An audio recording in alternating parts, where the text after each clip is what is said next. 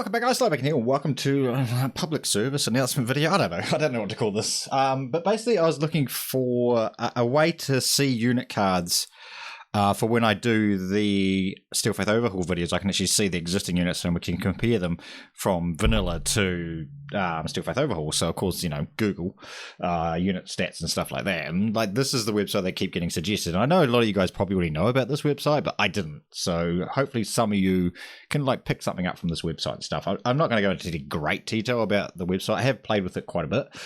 It's actually really interesting. So it's Total War Stats. So Total War Warhammer Stats, .com is the thing, obviously.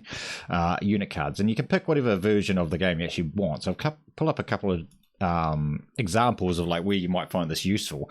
So this one was actually part of the campaign for Greenskins that you guys haven't seen yet. But this was a question we had, how much of an advantage is a ranked Goblin Rock Lobber over a base level Goblin Rock Lobber? So these stat cards have every single stat in the game that's included in the stats you can't see. So a lot of the hidden stats are in there as well. So things like accuracy and stuff like that. So in this instance, we put this guy, he's at rank 5, which is our current one in-game. So how much of an accuracy bonus does he have over the base level? And it's almost double. You can see his accuracy is at 35. The base level was 20, sorry. Yeah, plus 35 up into there. And if we jumped him up to rank 9, you can see that actually jumps up to 47 accuracy, which is huge, right? It's massive, absolutely massive. Obviously, all the other hidden stats and stuff like that in there as well.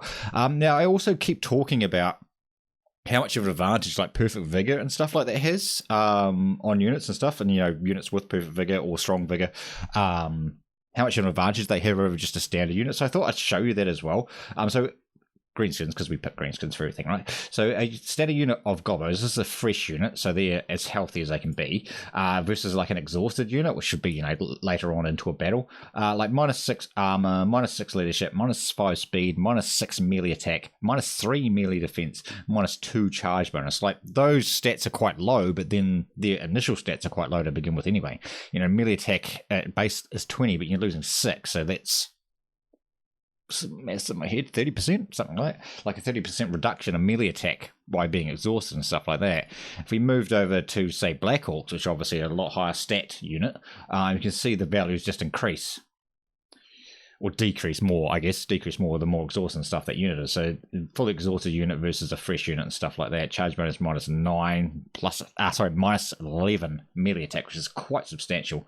-3 melee defense as well. A loss of 27 armor. I don't know why the units lose armor, but I guess it just because it makes them easier to hit or something. Which is quite substantial reduction in stats and stuff like that. This is without them obviously being ranked either. So, interesting. I thought, we'll have a look for Cav and stuff like that as well. So this is comparing the Broken Tusk mob versus Demography Knights. Obviously, Demography Knights, generally speaking, will win this engagement. We kind of know that. But it's very interesting, if you look at the stats, comparing the two different units. Obviously, they're a more expensive unit. They are a multiplayer as well, so it's multiplayer cost. Health, obviously, is in there as well. These guys have more health. Health per entity is quite interesting. So each one of these guys has 128 health. Each one of these has 210. So individually, these guys are actually way more healthy. More armor, but you can see here, parry chance, ward save, all the other stats that they have. I think, was it Demigriffs or was it another Cav unit? So I was looking at earlier. I believe it was Bretonian, which I didn't actually realise these guys had it. Yeah, it was Bretonian. I remember now. It was either them or them. I can't remember which one. Yeah, actually, they both have it. So the Battalion Cavalry here, they both have. He's got a 35 parry chance. He's got a 30 parry chance. I didn't realise they had it, right? So that's kind of interesting. That they have that hidden stat, so they parry obviously a lot as well, which makes them obviously a lot harder to hit. Leadership, of course. So we're basically, all these units are now being compared to this guy, and you can move them around. So if we wanted to compare them to just the demis, so you can put the demis over here. You see how they stack up against, I guess, other high level Cav and stuff like that as well. You can bring in as many units as you want. Just keep going if you want. I don't know. This is Empire as well. It's fine. These guys should be better. So, you can just bring in as many as you want. You see all these different stats and stuff like that. You can do different ranks. He's going to be rank 9 because it's a Broken Tusk mob anyway. So, just comparing the stats and stuff. What have we got here? So this is comparing high-level archers or whatever. I don't know. I was just throwing some examples up for you guys just to see, what the differences are. This like accuracy and reload thing is actually really interesting for range stuff. If we take, did I have one set up like that? I don't think I did. No, I didn't. That's cool. We can do it anyway. So we'll do one now. I just want to compare. We'll use greenskins as our base because we always do. So Arab boys. So one of those. We want 2 of them, right? So they're both fresh, but if we make one of them exhausted, like you got the different levels, we can actually go down them. So each one of them obviously is dropping missile damage. That's where he loses missile damage, loses charge bonus, more charge bonus. A lot of melee stats are gone. And exhausted. Sorry, that's the one here I was actually trying to look at. It was a bit out of the way. When does it actually drop? 0.1 is when it starts. I guess that's when it starts. Yeah. It seems to start pretty much winded straight away. So basically what that is down there is that's your reload time. So starting with a base of 9.9 reload, at the exhausted state, that's another 0.3 of a second, so 10.2.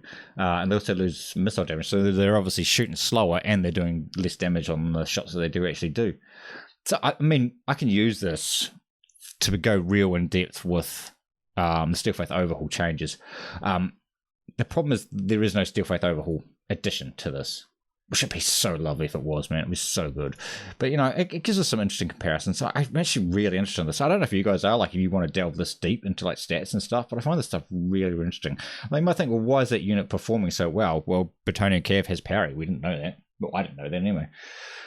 These guys actually have parry as well. I didn't know that either. There you go, Hidden stats for these guys. They got magic, which is, it's dwarfs magical resist. Yeah, that's fine.